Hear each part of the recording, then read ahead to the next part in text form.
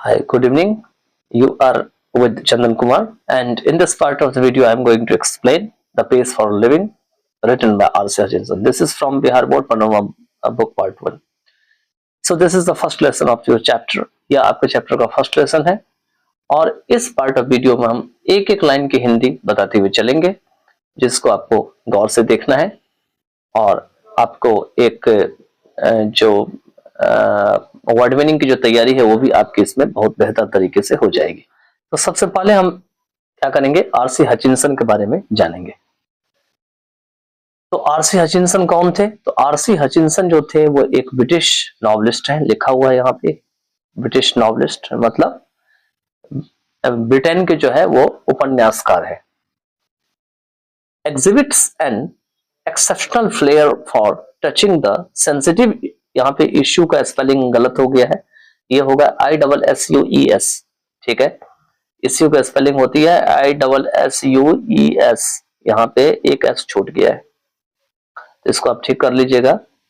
Issues of the contemporary society with all it's contradictions and paradoxes.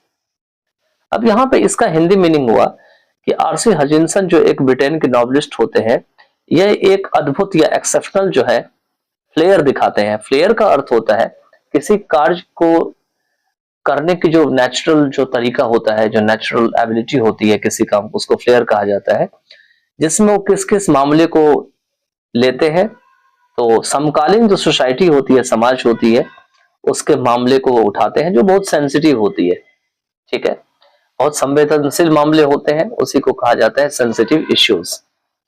और जब ये मामले उठाते हैं तो ये मामले जो होते हैं इसमें with all it's contradictions and paradoxes, इसमें क्या होते हैं, बहुत सारे कॉन्ट्राडिक्शंस भी होते हैं, विरोधाभास भी होता है और पैराडॉक्सेस भी होते हैं।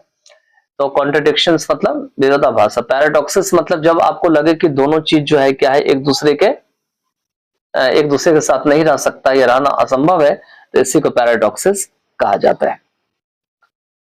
नेक्स्ट जो है आगे दे रखे हैं इसमें, In the Pace for Living, R.C. Hutchinson captures the agony of modern man. Pace of living में आरसी हचिंसन क्या करते हैं, जो आधुनिक आदमी है, आधुनिक व्यक्ति है, मॉडर्न मैन मतलब क्या होगा, मॉडर्न मैन मतलब होगा आधुनिक आदमी। तो आधुनिक आदमी की जो पीड़ा है, दर्द है, एगोनी है, उसको वो उतारते हैं या कैप्चर करते हैं। He brings out how the fast movement, वो बताते हैं, ब्रिंग्स आउट करते हैं या डिस्क्राइब करते हैं, सामने लाते हैं। तो ब्रिंग आउट का मीनिंग हुआ कि किस तरीके से आदमी के जो भागम भाग के जो जीवन है, फास्ट मूवमेंट है या चीजें हैं, थिंग्स है या ऑब्जेक्ट है, कोई आसपास की वस्तुएं है, हर्ट्स द नॉर्मल रिदम, ये हमारी जो सामान्य जो तालमेल है उसको नुकसान पहुंचा रही है। And exerts undue pressure on man, women and children, और यह एक अनुचित दबाव डाल रही है आदमी के ऊपर, महिलाओं के ऊपर, औरतों के ऊपर और बच्चों के ऊपर। एक्सर्ट मतलब लगाना, अनड्यू मतलब अनुचित। तो ये आपके इस पार्ट में दे रखे हैं। अब हम जब आगे बढ़ेंगे तो आगे बढ़ने पर में कुछ क्वेश्चन, हालांकि ये रेड में दे रखा है, जिसको आपको खुद से क्वेश्चन का जवाब ग्रुप बना के देना है। क्वेश्चन कहता है ए में, work in small groups and do the following, छोटा छोटा ग्रुप बना लीजिए और आपको इस क्वेश्चन का आंसर दीजिए या वर्क बताइए। क्या सब क्वेश्चन है देखिए, इसमें दे भी रखा है। फर्स्ट क्वेश्चन है, टॉक टू योर फ्रेंड्स, अपने मित्रों से बात करें, एंड सीक देयर ओपिनियन, और उनसे राय लें, मशवरा लें, on the life style of the modern youth, कि आधुनिक जो युवा है उनकी जीवन शैली कैसी है, उनसे पूछें। आस्क देम मतलब उनसे पूछें। पहला क्वेश्चन क्या पूछे, do you find life leisurely और फास्ट, क्या आपकी जिंदगी जो है वो फुर्सत में है या बहुत तेजी से भाग रही है। दूसरा क्वेश्चन है, are you satisfied with what you see today, जो भी आज आप देखते हैं क्या आप उससे संतुष्ट हैं, तो इसके बारे में इसमें दे रखे हैं।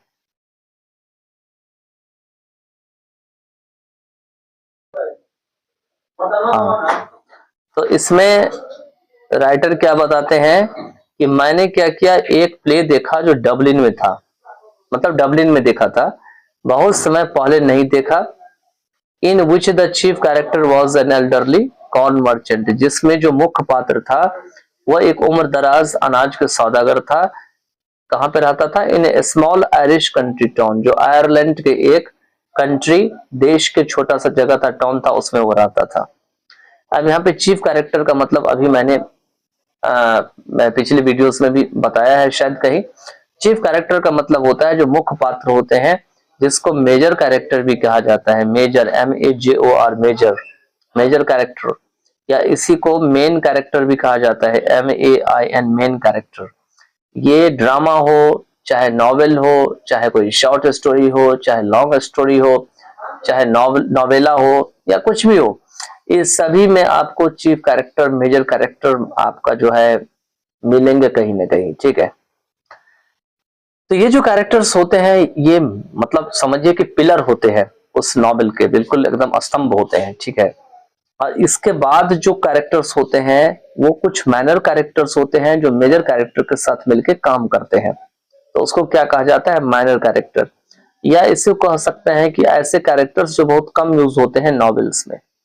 और कुछ कैरेक्टर्स होते हैं जो पेरिफेरल कैरेक्टर होते हैं। क्या होते हैं? पेरिफेरल होते हैं। पेरिफेरल का मतलब होता है पेरिफेरल, पेरिफेरल कैरेक्टर का मतलब होता है, थोड़ा सा समझ लीजिएगा, ये हालांकि 10th क्लास की चीजें नहीं है, लेकिन फिर भी मैं थोड़ा सा बता देता हूं। ऐसे कैरेक्टर्स होते हैं जो ये मेजर या माइनर कैरेक्टर के इर्द गिर्द चारों तरफ घूमता रहता है, कभी आया कभी चला गया, कभी आया कभी चला गया, तो इसी को पेरिफेरल कैरेक्टर भी कहा जाता है। चलिए अब आते हैं चैप्टर की ओर। तो चैप्टर में जैसे कि मैंने बताया यहां तक कि ये जो डबलिन में एक चीफ कैरेक्टर था जिसका नाम था एल्डर, नाम तो नहीं दे रखा है, एल्डरली कॉर्न मर्चेंट था, वो उम्र दराज का आदमी था, ज्यादा उम्र का था, और वो एक आयरिश कंट्री टाउन में क्या था, रहता था, जो बहुत छोटा सा जगह है। He was a man of many anxieties, वो ऐसा आदमी था जिसके पास बहुत सारी चिंता करने वाली बात थी, जो उनको चिंतित रखती थी। हिज हार्ट वॉज डिकी, उसका जो हृदय था वो कमजोर था। His Neiphiu was cheating him, उसका जो भतीजा था वो उसको धोखा देता रहता था। His wife had the fantastic notion of spending 10 pound on A holiday, और उसकी जो पत्नी थी वो मनमौजी तरीके से विचार से हर हॉलीडे को, या हर जो उनका छुट्टी का दिन होता था, उनको उस छुट्टी के दिन में वो क्या करती थी, 10 पाउंड जो है खर्च कर लेती थी।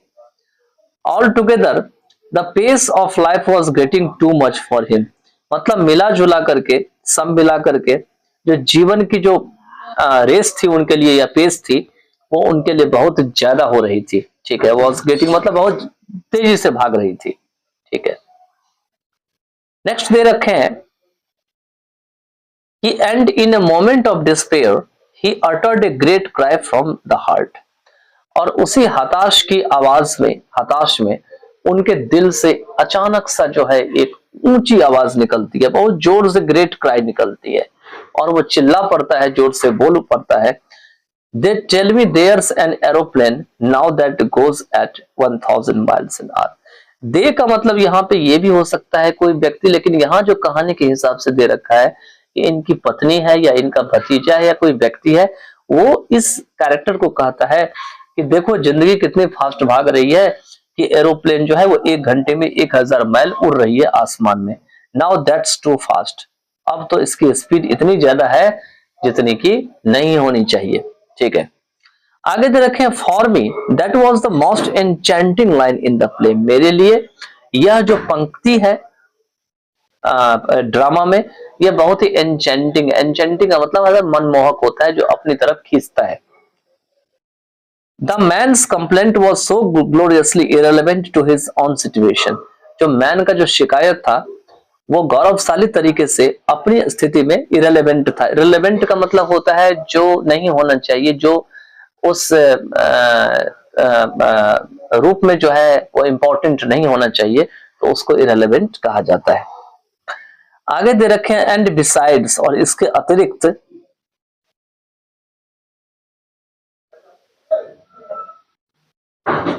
दे रखे हैं यहां पर में बीइंग कॉमिक, कॉमिक मतलब मजाक की तरह दिखने के कारण, बीइंग मतलब यहाँ पे के कारण होगा।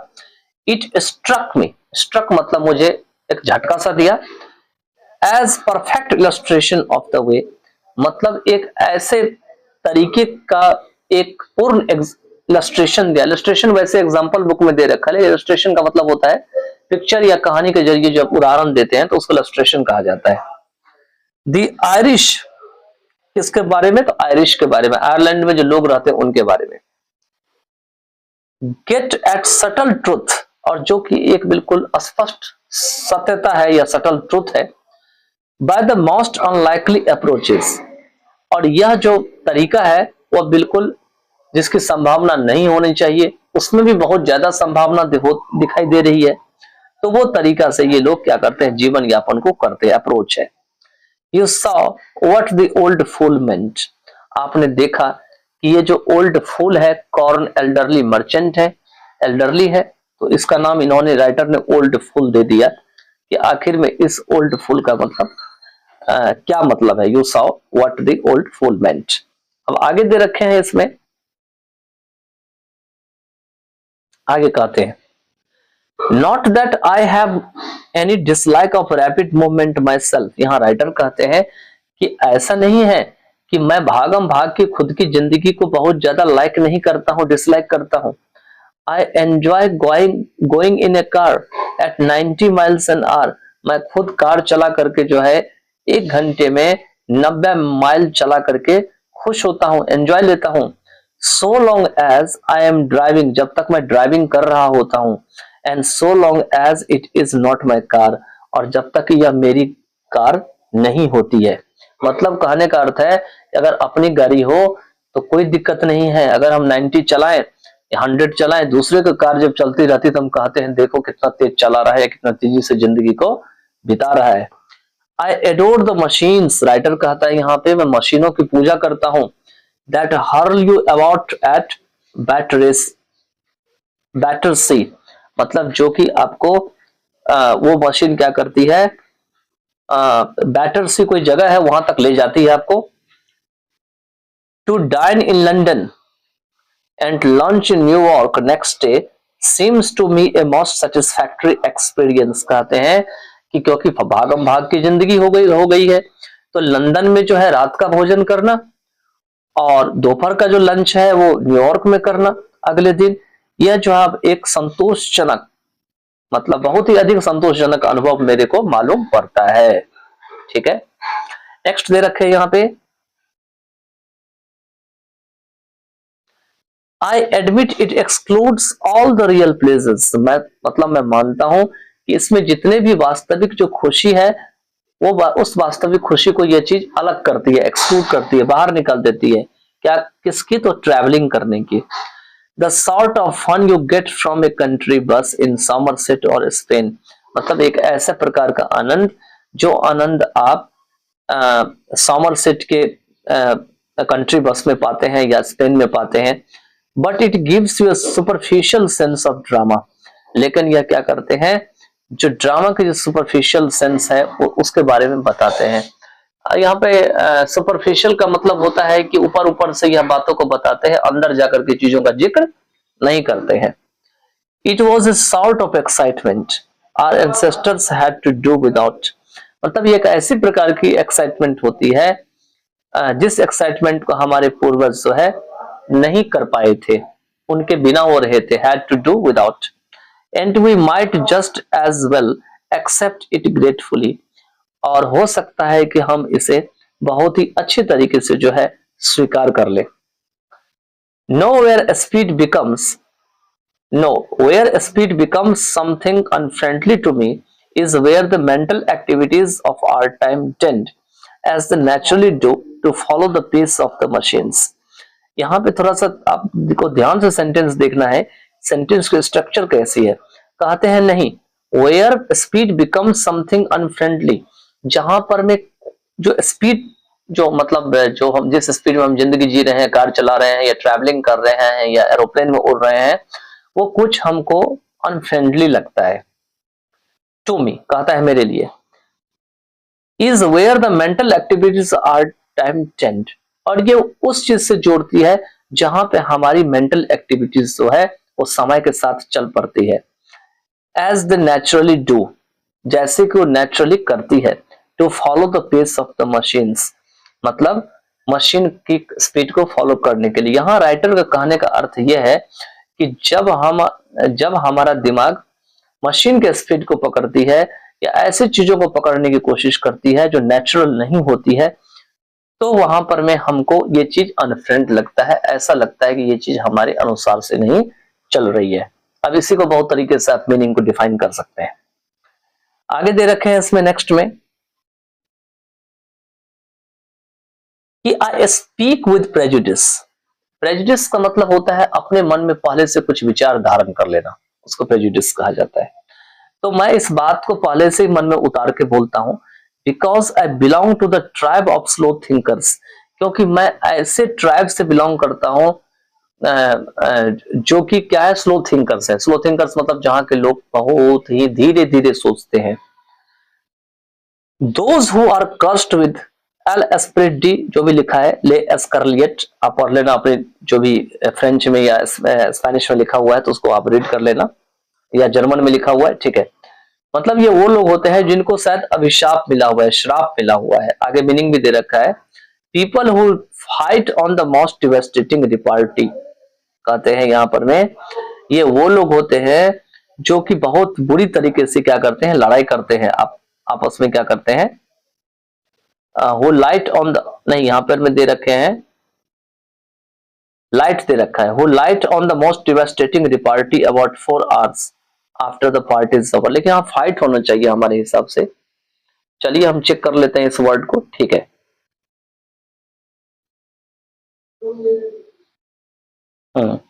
तो इसमें यहाँ पे ये दे रखे हैं, यहाँ पे फाइट होना चाहिए, जो लैंग्वेज यहाँ शो कर रहा है कि जो क्या करते हैं कि पार्टी खत्म होने के बाद कहते हैं ये वो लोग होते हैं, खास करके राइटर कह रहे हैं हम ऐसे स्लो थिंकर समाज से या ट्राइब से बिलोंग करते हैं जहां के लोग को अभी श्राप मिला हुआ है कि वो जब वो पार्टी ओवर कर लेते हैं तो उसके बाद वो 4 घंटे तक जो है क्या करते हैं, फाइट करते हैं। किस बात के ऊपर, तो डिवास्टेटिंग रिपार्टी। डिवास्टेटिंग रिपार्टी का मतलब हुआ यहाँ पर में, हालांकि रिपार्टी का मतलब होता है कि जब आप बातचीत कर रहे होते हैं तो फनी रिमार्क भी करते हैं और तुरंत ही आपस में बातचीत करते हैं, तो उसको रिपार्टी यहाँ पे नाम दिया गया है। और ये जो बातचीत का तरीका होता है बहुत ही डिवास्टेटिंग होती है। डिवास्टेटिंग का मतलब होता है जो विध्वंसक होती है, जो फायदेमंद नहीं होते हैं। तो ये वो लोग होते हैं कि उसके ऊपर भी ये लोग फाइटिंग कर लेते हैं। आगे दे रखे हैं, I am one of those, मैं भी उन्हीं में से हूँ। राइटर कहता है कि जो ट्राइब की चर्चा किए गए हैं, जहां के रहने वाले कहते हैं कि मैं भी उन्हीं में से हूँ, who are guaranteed to get the lowest mark, जिससे कि बिल्कुल गारंटी मिल गया है, गारंटी हो चुका है कि उसे सबसे कम अंक मिलेगा इन एनी इंटेलिजेंस टेस्ट। अगर कोई भी आईक्यू हो गया, आईक्यू टेस्ट हो गया, इंटेलिजेंस टेस्ट हो गया कि बताओ तुम कितना इंटेलिजेंट हो, तो मैं उसमें क्या करूंगा, सबसे कम अंक लाऊंगा। और यह बात कौन कहता है, यहाँ राइटर खुद कहता है, बिकॉज दोज टेस्ट्स और all the ones I have come across seem to be design to measure the speed of your mind more than anything else. क्योंकि यहां पर में क्या कहते हैं लेखक कि ये जितनी भी स्पीड है जिसके बारे में यहाँ पे चर्चा कर रखे हैं ये, ठीक है, तो जितनी भी स्पीड की ये यहाँ पे चर्चा कर रखे हैं उस स्पीड में कहते हैं कि मैं हमेशा क्या रहूंगा, लो रहूंगा, मैं नीचे रहूंगा, ठीक है। क्योंकि सारे के सारे टेस्ट और जिस बात की यह चर्चा की गई है, जिसके साथ मेरा अवगत होता है, कम अक्रॉस होता हूं, यह इस तरीके से बनाए जाते हैं कि इसमें आपके दिमाग की जो स्पीड होती है उसको मेजर किया जाता है, जांचा जाता है किसी और चीज की तुलना में, मोर देन एनीथिंग एल्स, ठीक है। आगे दे रखे हैं इसमें नेक्स्ट में, obviously we slow thinkers are terribly handicapped.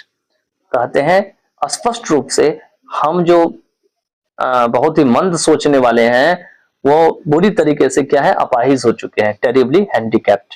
किस चीज में हो चुके हैं, in the business of getting a living, मतलब अपनी जीविका को पाने की बिजनेस में, उसके काम में कि हम कैसे जिंदा रहेंगे। But what I am thinking about just now, लेकिन अभी जो मैं सोच रहा हूं अभी अभी, is not so much the practical use of one's mind.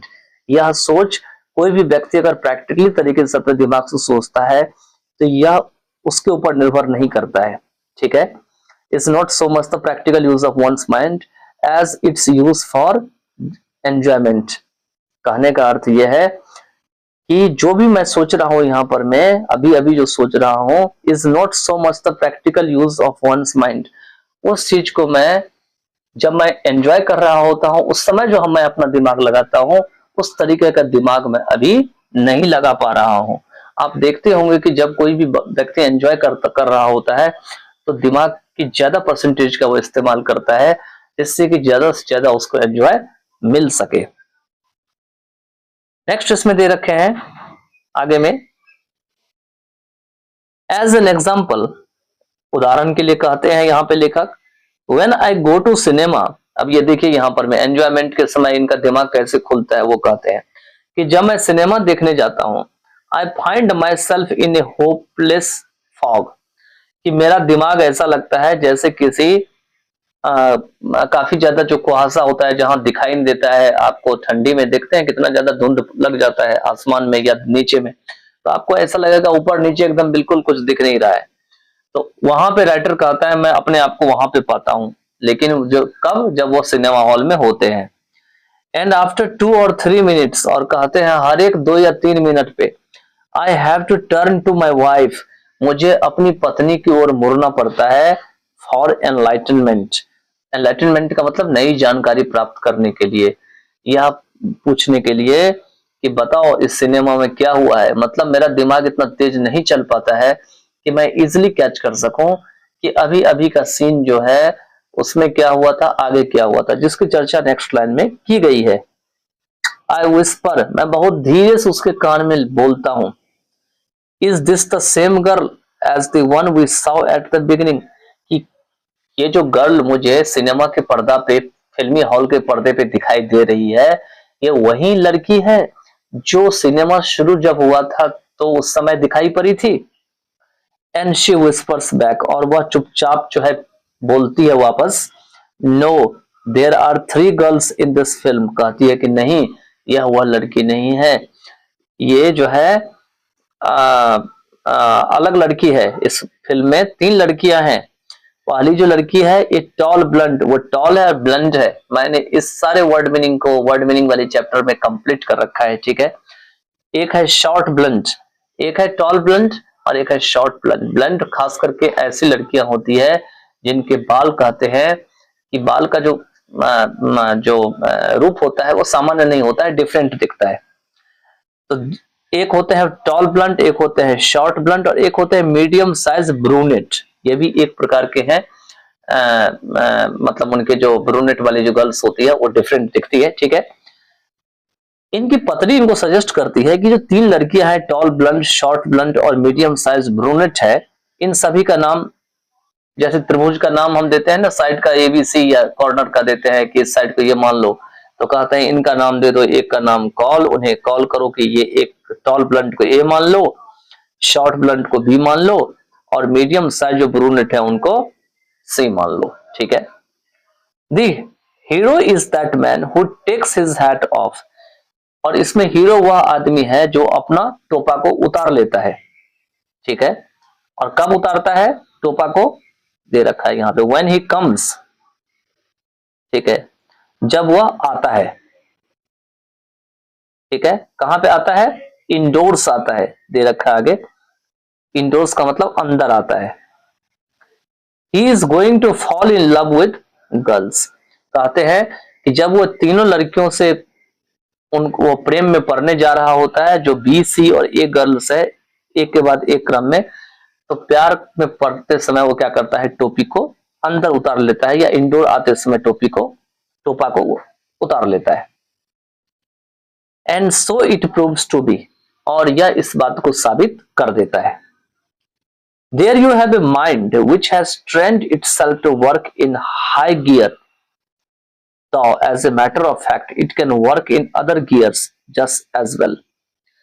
कहते हैं there you have a mind, यहां पर में आपका दिमाग ऐसा हो जाता है which has trained itself to work, जहां पे आपका दिमाग बहुत ही तेजी से काम करने लगता है, हाई गियर में काम करने लगता है। भले ही as a matter of fact it can work in other gears just as well, कि यह और काम में जो है ये और गियर में काम करे, लेकिन यहाँ पर में जो दिमाग की गियर होती है बहुत तेजी से काम करती है। But my point is that most of my fellow patients in the cinema, लेकिन मेरे हिसाब से यह बात है कि अधिक से अधिक जो सिनेमा में जो फेलो पेशेंट दिखाई पड़ते हैं, यहाँ पे पेशेंट नाम दिया है इन्होंने, पेशेंट मतलब जानते ही है क्या होता है, मरीज होता है। डू थिंक फास्ट इनफ, ये लोग बहुत ही तेजी से सोचते हैं।